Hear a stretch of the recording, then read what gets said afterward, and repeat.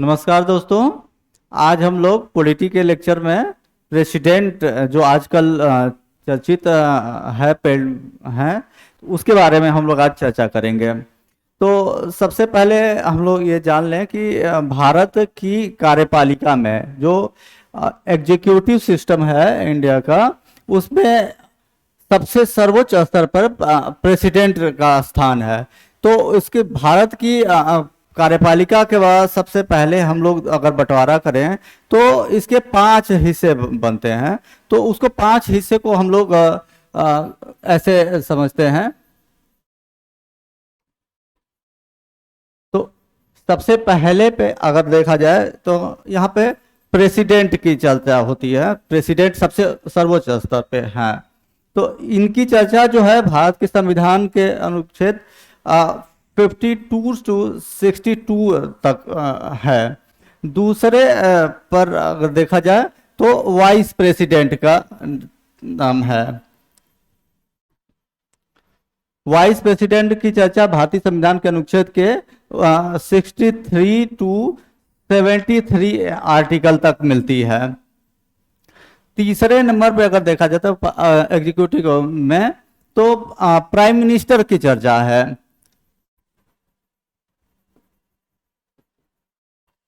जिसका उल्लेख भारत के संविधान के आर्टिकल 74 में मिलता है।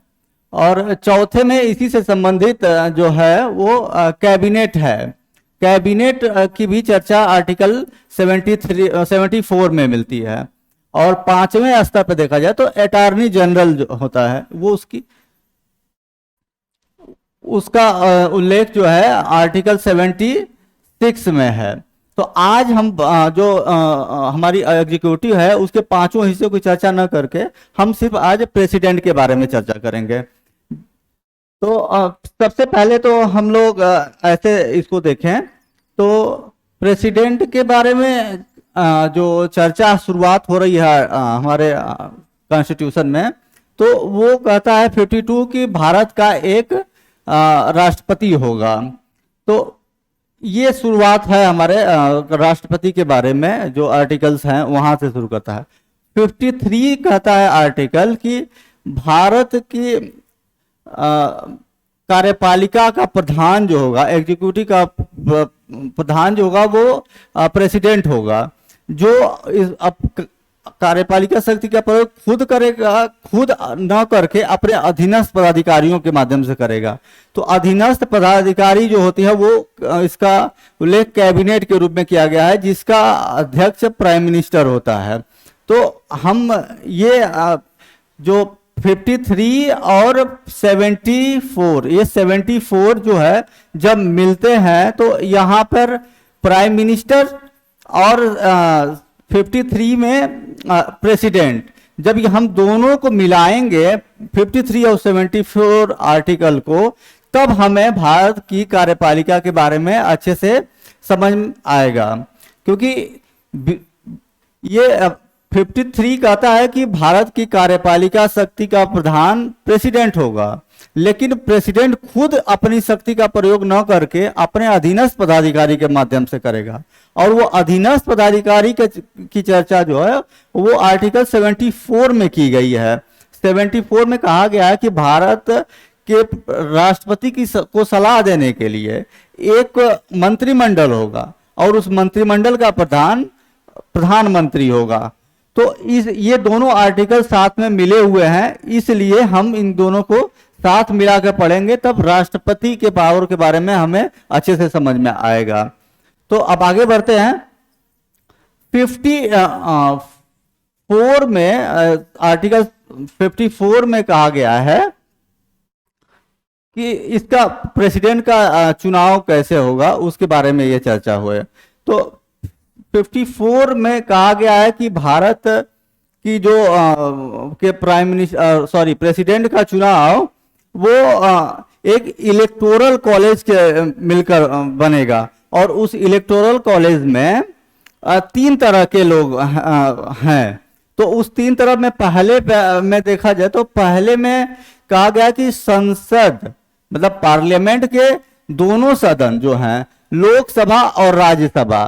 तो लोकसभा और राज्यसभा, तो इनको कहा गया कि लोकसभा और राज्यसभा के इलेक्टेड कैंडिडेट, न कि नॉमिनेटेड, तो इनके दोनों के इलेक्टेड कैंडिडेट ही राष्ट्रपति के चुनाव में भाग ले सकते हैं।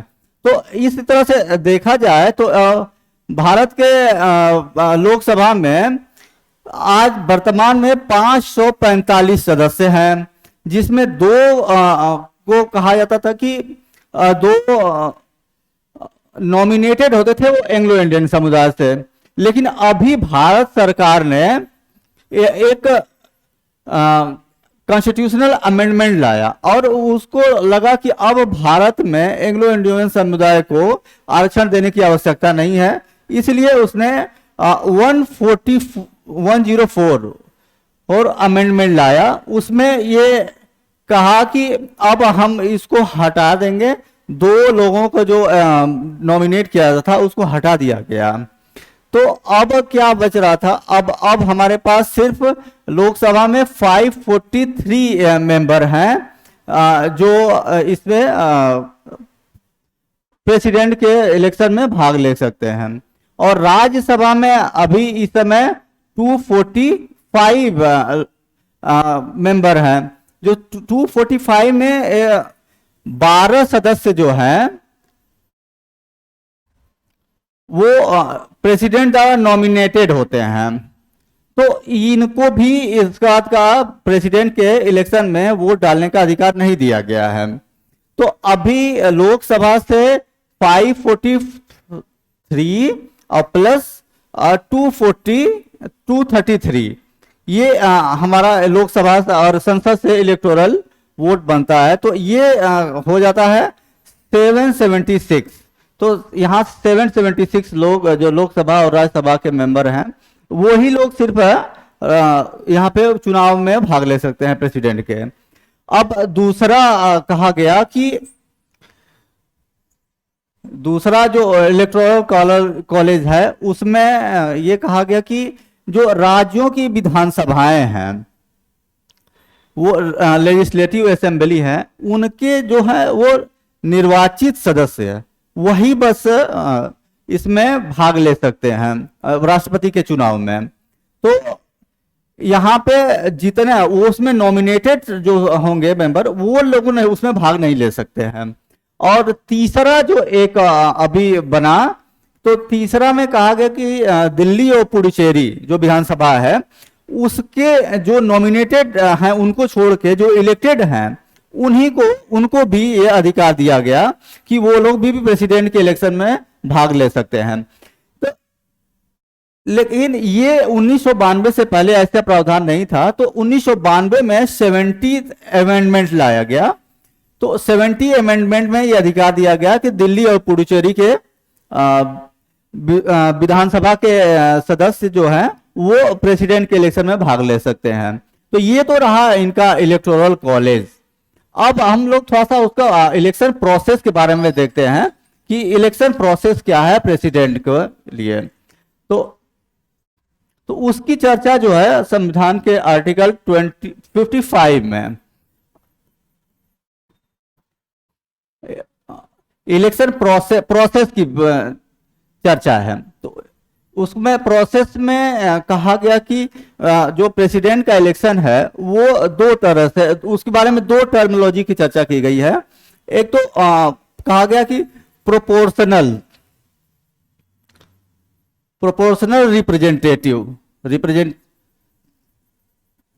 रिप्रेजेंटेशन सिस्टम, मतलब उसको कहा जाए तो हिंदी में आनुपातिक प्रतिनिधित्व प्रणाली।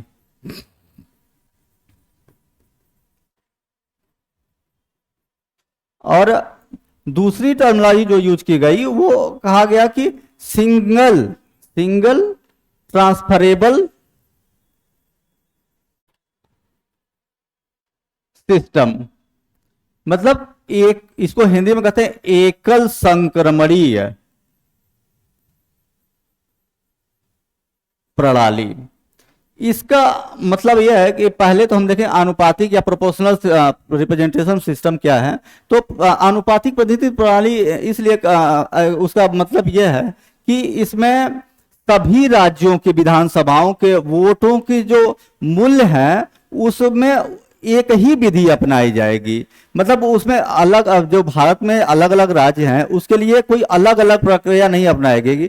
उसके लिए सिर्फ उनके वोट का वैल्यू अगर निकालना है तो वो एक ही प्रक्रिया होगी। और दूसरी जो बात अगर आनुपातिक प्रतिनिधि प्रणाली की होगी वो यह है कि सारे जो राज्यों की विधानसभाओं के वोट का जो मूल्य होगा वो संसद के दोनों सदनों के निर्वाचित सदस्यों के मतों के मूल्य के बराबर होगा। मतलब कि जो लेजिस्लेटिव असेंबली के वोट का जो वैल्यू होगा वो पार्लियामेंट जो है, पार्लियामेंट के दोनों सदनों के सदस्यों के वोट के मूल्य के बराबर होगा। मतलब ये दोनों बराबर होंगे तभी ठीक से आनुपातिक प्रतिनिधि प्रणाली को समझा जा सकता है या उसको बताया जा सकता है। और दूसरा जो है इसमें एक टर्मिनोलॉजी है वो single transferable system. Single transferable system का मतलब ये होता है कि कोई भी चुनाव अगर हो रहा है तो उसमें एक से अधिक उम्मीदवार होंगे, तो वो एक से ज्यादा उम्मीदवार होने के मतलब कि वहां पे जो वोट देगा, वोट देने वाले मतदाता होंगे वो सिर्फ एक व्यक्ति को वोट न देके वो जितने कैंडिडेट हैं उनको सारे को वोट देगा। लेकिन वो उसमें वरीयता क्रम रखेगा। वरीयता क्रम का मतलब कि अगर मान लीजिए कि प्रेसिडेंट के चुनाव में 3 लोग चुनाव लड़ रहे हैं, ए, बी और सी, तो अगर किसी को वोट देना है प्रेसिडेंट में, जैसे मुझे अगर वोट देना है तो मैं ये नहीं करूंगा, अगर मेरी पसंद ए है तो ये नहीं है कि मैं सिर्फ ए को गया और यहां से ट्रिक कर दिया और ये वोट हो गया। इसके लिए हमें करना होगा कि हमारी जो पहली प्राथमिकता है कि मुझे ए को जिताना है किसी तरह से, तो हम उनके बैलेट बॉक्स पे नाम के आगे वो हम एक लिखेंगे। मतलब ये हमारी प्राथमिकता है, पहली प्राथमिकता है, मैं पहला वोट इन्हीं को दे रहा हूं और मैं चाहता हूं कि यही प्रेसिडेंट इलेक्टेड हों। और लेकिन ये हमें इन दोनों के बारे में भी सोचना पड़ेगा, दोनों को वो वोट देना है। तो उसमें हमें क्या करना होता है कि हम जैसे बी को हम चाहते हैं कि भाई ये हम पहले तो इनको चाहते हैं, अगर ये नहीं जीत रहे हैं तो हमें इनको भी देना वोट पर। तो हम इनके सामने हम ये कहेंगे कि ये हमारी दूसरी वरीयता है, हम इनको दूसरी वरीयता पर रखेंगे, ये इनको हम पहले नहीं चाहते कि वोट दें। ऐसे ही हम तीसरे को करेंगे, सी को मान लीजिए हम कहेंगे 3।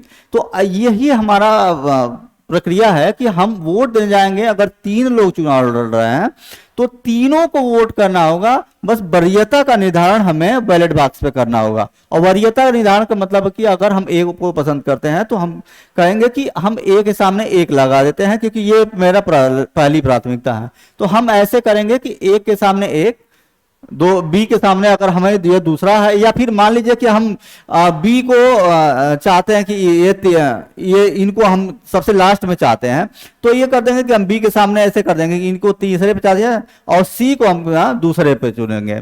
तो यही एक प्रक्रिया निर्धारित होती है। उसी लिए कहा गया कि प्रोपोर्शनल रिप्रेजेंटेटिव सिस्टम और सिंगल ट्रांसफरेबल सिस्टम जो है वो उसका मतलब इसीलिए यही होता है। तो सबसे अब जो अभी हम लोगों ने देखा कि आनुपातिक प्रतिनिधि प्रणाली में ये कहा गया कि सारे राज्यों के वोटों का मूल्य जो है वो केंद्र संसद के दोनों सदनों के सदस्यों के मत के मूल्य के बराबर होगा। तो एक बड़ी मतलब यह है कि राष्ट्रपति के वोट जो हम डालने जाते हैं, कोई मतदाता डालने जाता है या तो उसके मत का मूल्य कैसे निकाला जाए। तो मत के मूल्य के लिए एक फार्मूला दिया गया है। तो सबसे पहले अगर मत के मूल्य, तो अगर किसी एमएलए का है तो एमएलए का मत का मूल्य कैसे निकाला जाएगा, तो उसके लिए एक फार्मूला है। फार्मूला में कहा गया कि उस राज्य की, मान लीजिए कि जिस राज्य का वो है, क्योंकि चूंकि ये जिस राज्य का है उस राज्य की कुल जनसंख्या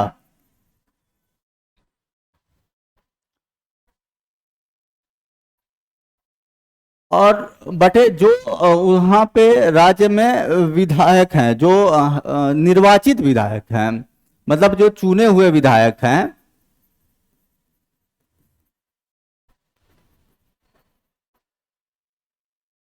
बटे गुणे 1/1000, ये फार्मूला है।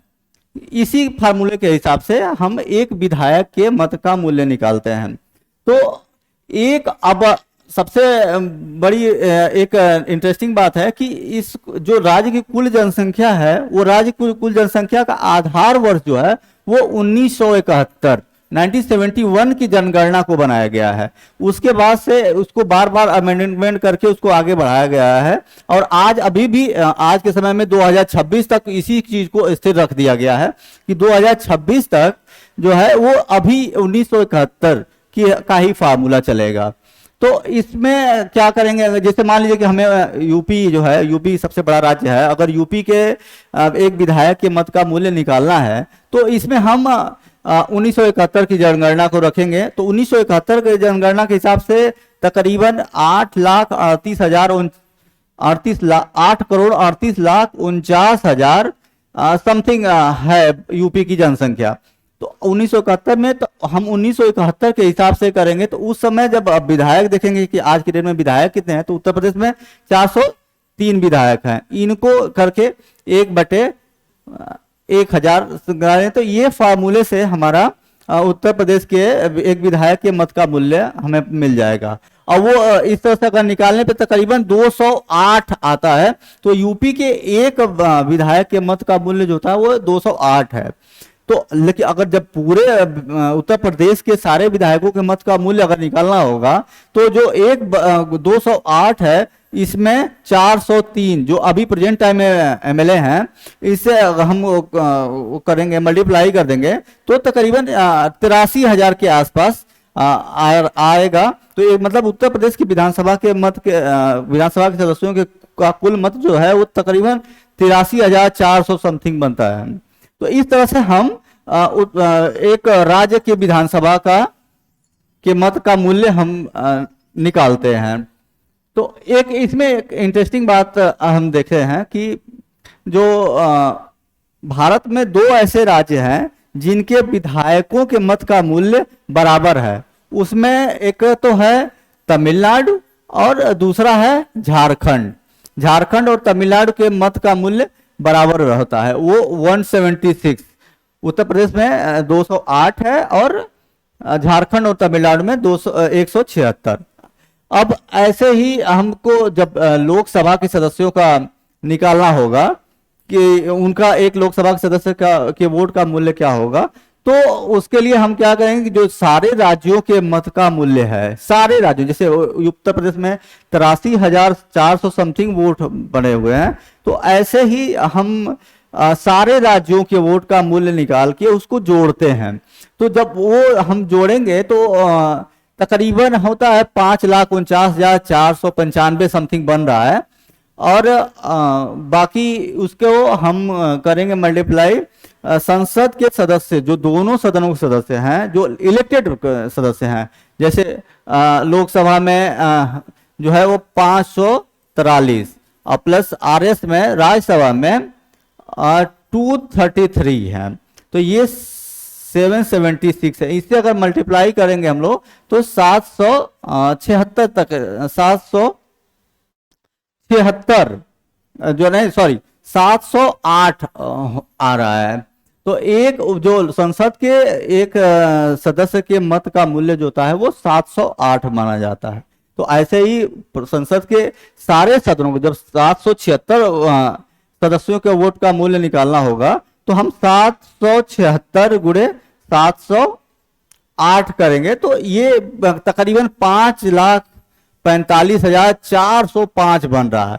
तो जो हम पहले देख रहे थे कि उसमें जो प्रक्रिया बताई गई थी, उसमें ये कहा गया था आनुपातिक प्रतिनिधित्व प्रणाली, मतलब प्रोपोर्शनल रिप्रेजेंटेटिव सिस्टम। उसमें कहा गया था कि उसका मतलब ये होता है कि राज्यों की कुल विधानसभाओं के वोट का मूल्य प्लस संसद के सदस्यों के वोट का मूल्य बराबर होगा। तो यहां हम देखेंगे कि राज्यों की विधानसभाओं के वोट का मूल्य 5,49,495 बना।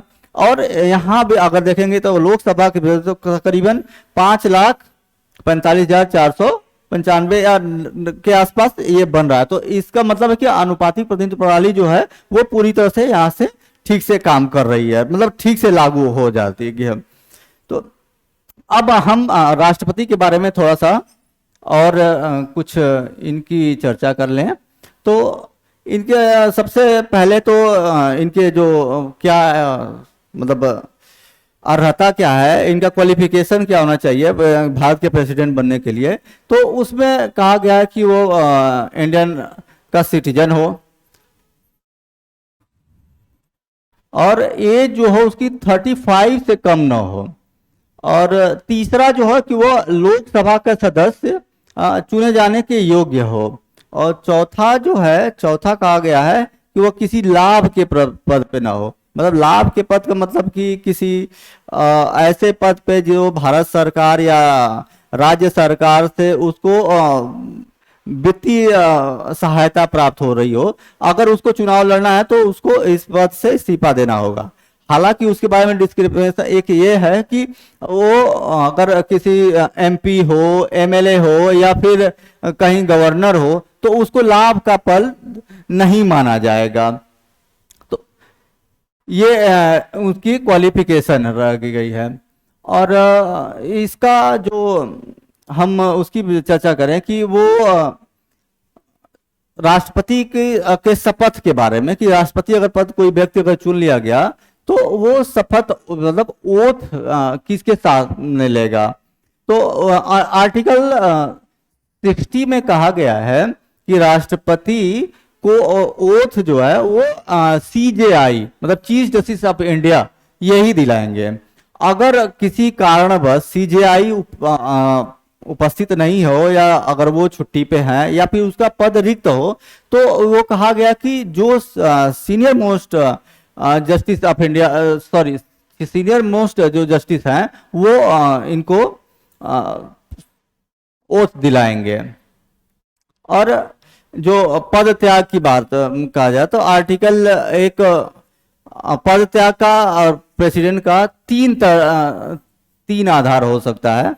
तो एक आधार है कि स्वेच्छा से या तो उसका 5 साल का पूरा हो गया है टर्म, तब वो अपना उसका पद रिक्त हो जाएगा। दूसरा कि वो अगर वाइस प्रेसिडेंट को अपना रिजाग्नेशन दे दे तो उसका पद रिक्त हो जाएगा। और तीसरा जो है कि या तो उसको आर्टिकल 61 के तहत इम्पीचमेंट अगर लगाया जाए, मतलब इम्पीचमेंट के आधार पर उसको हटाया जाता है। इम्पीचमेंट का आधार क्या होगा, वो कहा गया है कि संविधान का उल्लंघन। मतलब संविधान के उल्लंघन की व्याख्या क्या है वो संविधान में नहीं बताई गई है। तो संविधान के उल्लंघन के आधार पर उसके महाभियोग लगाया जा सकता है। और महाभियोग की प्रक्रिया क्या होगी, महाभियोग की प्रक्रिया होती है वो राष्ट्रपति के लिए कि महाभियोग की प्रक्रिया किसी भी सदन में या तो लोकसभा या राज्यसभा कहीं से भी शुरू की जा सकती है। उसके लिए सबसे पहले जरूरत तो यह है कि अगर लोकसभा में चलाया जाता है तो लोकसभा के 1/4 जो मेंबर हैं उनका ये बात हस्ताक्षर सहित होना चाहिए। और दूसरा या तो या राज्यसभा में तो वहां भी यही प्रक्रिया अपनाई जाएगी। इसके लिए सबसे पहले तो क्या होगा कि लोकसभा में अगर मान लीजिए पारित होता है तो लोकसभा के जो इस पे वोट होगा और वोट जो है वो 2/3 में मेजॉरिटी से अगर वो प्रस्ताव पारित हो जा रहा है तो इस प्रस्ताव को अब दूसरे सदन में भेजा जाएगा और दूसरा सदन इसकी जांच करता है। हालांकि एक चीज यहाँ पे छोड़ दिया कि इसके लिए प्रेसिडेंट को 14 जो है 14 डेज की नोटिस 14 डेज पहले नोटिस भेज दी जाएगी। और जब उसके बाद राज्यसभा में जाएगा और राज्यसभा भी अगर उसको 2/3 मेजॉरिटी से पास कर दे रही है तब उस दिन से ये माना जाएगा कि प्रेसिडेंट का पद रिक्त हो गया।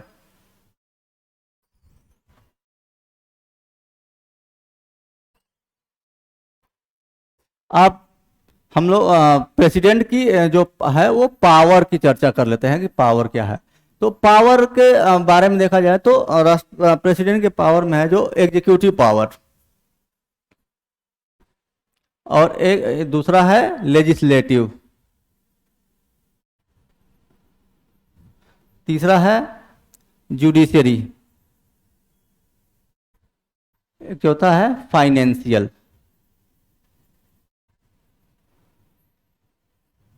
पांचवा है मिलिट्री पावर, और छठा है डिप्लोमेटिक पावर।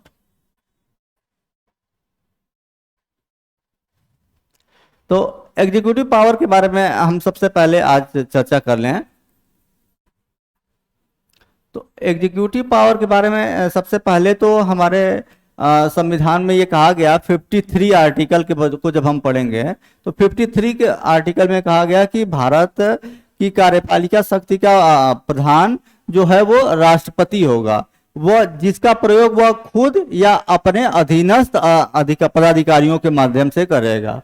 तो अधीनस्थ पदाधिकारी कौन है? तो उसमें कहा गया कि उसकी सहायता के लिए, प्रेसिडेंट की सहायता के लिए एक मंत्रिपरिषद होगी, और मंत्रिपरिषद की चर्चा जो है वो 74 में किया गया है, जिसका प्रधान जो है वो प्रधानमंत्री होगा। तो जब हम इन दोनों आर्टिकल्स को मिलाएंगे तब हम राष्ट्रपति के पावर को समझ पाएंगे। दूसरा जो इनके, तो अब इसका क्या है कि इसकी नियुक्ति जो है प्राइम मिनिस्टर की वो प्रेसिडेंट करता है, ये 74 में कहा गया। दूसरा जो पावर है एग्जीक्यूटिव पावर राष्ट्रपति की, वो 76 में दिखाई देगा जब वो अटॉर्नी जनरल की नियुक्ति करता है। तीसरा जो है एग्जीक्यूटिव पावर की, प्रेसिडेंट के पास इस बात का अधिकार है कि वो प्राइम मिनिस्टर या फिर संघीय कार्यपालिका से वो शासन से संबंधित जानकारी मांग सकता है। तो उसकी चर्चा जो है वो सॉरी ये यहाँ पे नहीं होगा। दूसरा चीज है कि हम देखेंगे तो 148 में कहा गया कि वो सीएजी की नियुक्ति करता है, तो सीएजी की नियुक्ति भी उसकी एग्जीक्यूटिव पावर है। चौथा जो है वो 145 में कहा गया कि 145 में जो गवर्नर्स की नियुक्ति भी प्रेसिडेंट करता है। और एक और पावर देखा जाए तो 263 में कहा गया कि अंतरराज्य परिषद की नियुक्ति राष्ट्रपति करता है। और यहाँ देखा जाए तो एससी कमीशन एक है, तो एससी कमीशन 338 आर्टिकल जो है उसके हिसाब से उसकी एससी कमीशन के चेयरमैन की नियुक्ति प्रेसिडेंट करता है। और एसटी कमीशन ऐसे ही है, तो 338A के तहत एसटी कमीशन की नियुक्ति, और 338B के तहत वो ओबीसी कमीशन के अध्यक्ष की नियुक्ति करता है। और ऐसे ही एक 280 के तहत वो फाइनेंस कमीशन की नियुक्ति करता है। तो ये अभी एग्जीक्यूटिव पावर की हम लोगों ने चर्चा की है। अगले लेक्चर में हम लोग उसके लेजिस्लेटिव पावर की चर्चा करेंगे। तब तक के लिए धन्यवाद।